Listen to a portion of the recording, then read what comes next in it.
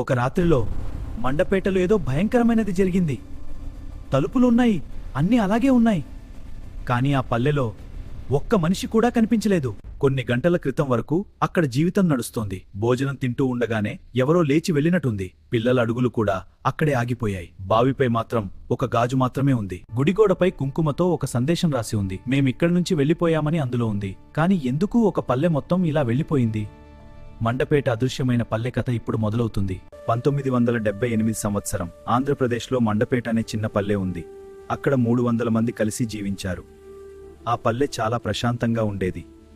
September 13 సాయంత్రం ఇళ్లలో వంటవాసన వచ్చింది. పిల్లలు బయట ఆడుకున్నారు. ఎవరూ రాబోయే ప్రమాదం ఊహించలేదు. ఆ ప్రాంతంలో ఒక పెద్ద జమీందారున్నాడు. అతని పేరు వీరయ్య. మండపేట భూమి అతనికి కావాలి.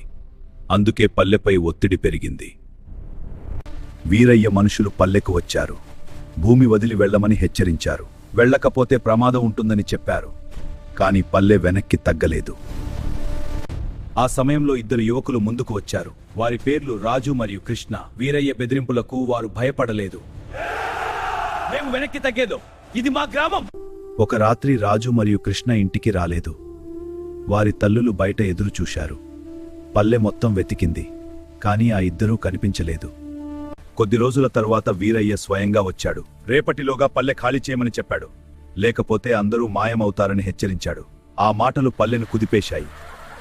ఆ రాత్రి మొత్తం పల్లె రావి చెట్టు కింద చేరింది. ఏం చేయాలి అని అందరూ ఆలోచించారు. పెద్ద మనిషి సూర్యం ముందుకు వచ్చాడు. అందరూ నిశ్శబ్దంగా విన్నారు. సూర్యం నెమ్మదిగా మాట్లాడాడు. మనము పోరాడలేము అన్నాడు. కాని మన భూమి వదలము అన్నాడు. ఒక కొత్త మార్గం ఉందని చెప్పాడు. సూర్యం చెప్పిన మాట అందర్నీ ఆలోచింపజేసింది. కొంతసేపు నిశ్శబ్దం ఏర్పడింది. తర్వాత ఒక్కొక్కరు చేతులెత్తారు. పల్లె మొత్తం ఒక నిర్ణయం తీసుకుంది. ఆ రాత్రి పల్లెలో ఒక వింత నిశ్శబ్దం ఉంది. ఇళ్లలో దీపాలు మెల్లగా వెలిగాయి. వాళ్లు వస్తువులు తీసుకోలేదు. చాలా విషయాలు అలాగే వదిలేశారు. సూర్యం గుడిలోకి వెళ్ళాడు. తన చేతిలో కుంకుమ ఉంది. గోడపై ఒక చిన్న సందేశం రాశాడు. అది వారి చివరి గుర్తు. అర్ధరాత్రి సమయం వచ్చింది. పల్లె నిశ్శబ్దంగా కదిలింది. పిల్లలు చేతుల్లో ఉన్నారు. అందరూ అడవి వైపు నడిచారు. ఉదయం సూర్యుడు ఉదయించాడు. మండపేటలో ఎవరూ కనిపించలేదు. ఇళ్ళు అలాగే ఉన్నాయి. కాని పల్లె పూర్తిగా ఖాళీ అయింది. తెల్లవారుజామున రంగారావు పల్లెకు వచ్చాడు. అతని చేతిలో కూరగాయల బుట్ట ఉంది. పల్లెలోకి అడుగుపెట్టగానే ఆగిపోయాడు. రంగారావు ప్రతి తలుపు తట్టాడు. ఎవరైనా ఉన్నారా? పేర్లు పిలిచాడు. రామా, సీత. ఇళ్లలోకి చూశాడు. కాని ఎవరూ కనిపించలేదు. రంగారావు చాలా భయపడ్డాడు. తక్షణం బయటకు పరిగెత్తాడు. మండపేట రహస్యం అప్పుడు మొదలైంది. ఉదయం పోలీసులు మండపేటకు వచ్చారు. ఇన్స్పెక్టర్ కృష్ణమూర్తి ముందుకు నడిచాడు. పల్లె మొత్తం చూసి ఆశ్చర్యపోయాడు. ఎందుకంటే అక్కడ ఎవరూ లేరు. పోలీసులు ఇళ్లలోకి వెళ్లి చూశారు. భోజనం అలాగే ఉంది. పిల్లల బొమ్మలు అలాగే ఉన్నాయి. అందరూ ఒక్కసారిగా వెళ్ళినట్టు అనిపించింది. పోలీసులు బావి దగ్గరకు వెళ్లారు. లోపలేదో కనిపించింది. అక్కడ చాలా వస్తువులున్నాయి. అవి పల్లెవాళ్లవే. తర్వాత పోలీసులు గుడి దగ్గరకు వెళ్లారు. తలుపు లోపల నుంచి బంద్ అయింది. వారు తలుపు తెరిచారు. లోపల ఒక ఆశ్చర్యం కనిపించింది.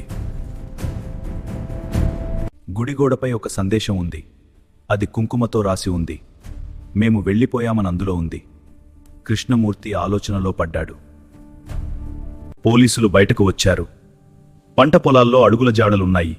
అవి అడవి వైపు వెళ్లాయి. కృష్ణమూర్తి వెంట వెళ్లాడు. పోలీసులు అడవిలోకి వెళ్లారు. చుట్టూ నిశ్శబ్దం ఉంది. కొన్ని అడుగుల జాడలు కనిపించాయి.